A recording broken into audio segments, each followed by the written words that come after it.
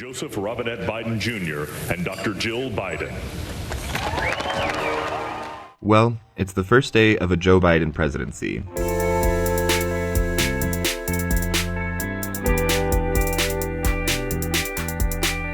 Not straightforward. We're saying goodbye to the least approved of president in history and hello to President Joseph R. Biden.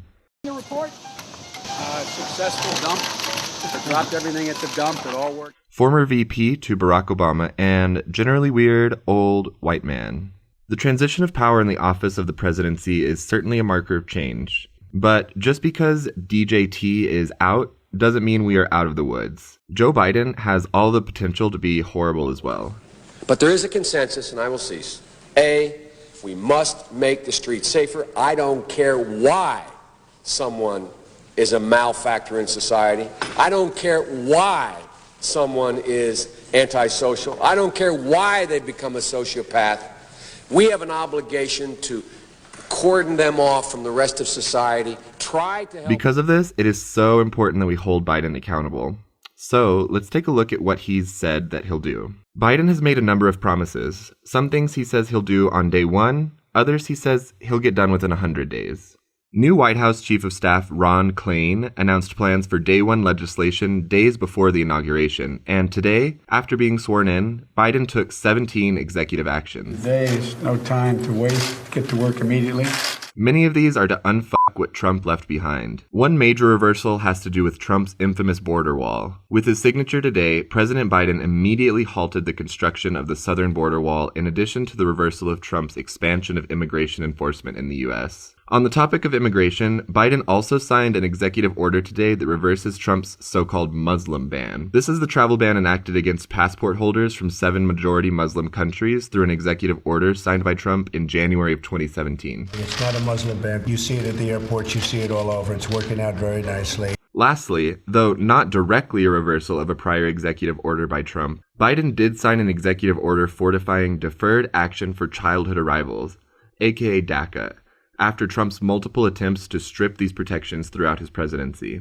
The administration also sent a proposal to Congress today outlining a new immigration policy that would provide a pathway to citizenship for millions of immigrants. Other reversals of Trump policy through executive orders signed today include an executive order requiring non-citizens to be counted in the census, an executive order ending Trump's, quote, 1776 commission, an executive order reversing Trump's approval of the Keystone XL pipeline, and 100 other environmental-related actions, an executive order initiating the rejoining of the Paris Climate Agreement, and an executive order halting the U.S.'s withdrawal from the World Health Organization, placing Dr. Anthony Fauci as the head of the delegation. Biden is also taking some executive actions that are not reversals of Trump actions. Rather, they're just day one executive actions. One such executive action launches a, quote, 100 days masking challenge, asking Americans to wear masks for 100 days.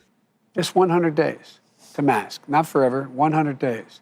And I think we'll see a significant reduction. This action requires masks and physical distancing in federal buildings, on federal lands, and by government contractors, and it urges states and local governments to do the same. Some other COVID-related executive actions that were signed today create a new administration position called COVID-19 Coordinator, extends a nationwide moratorium on evictions and foreclosures until at least March 31st, and extends the already in place student loan payment pause until at least September 30th.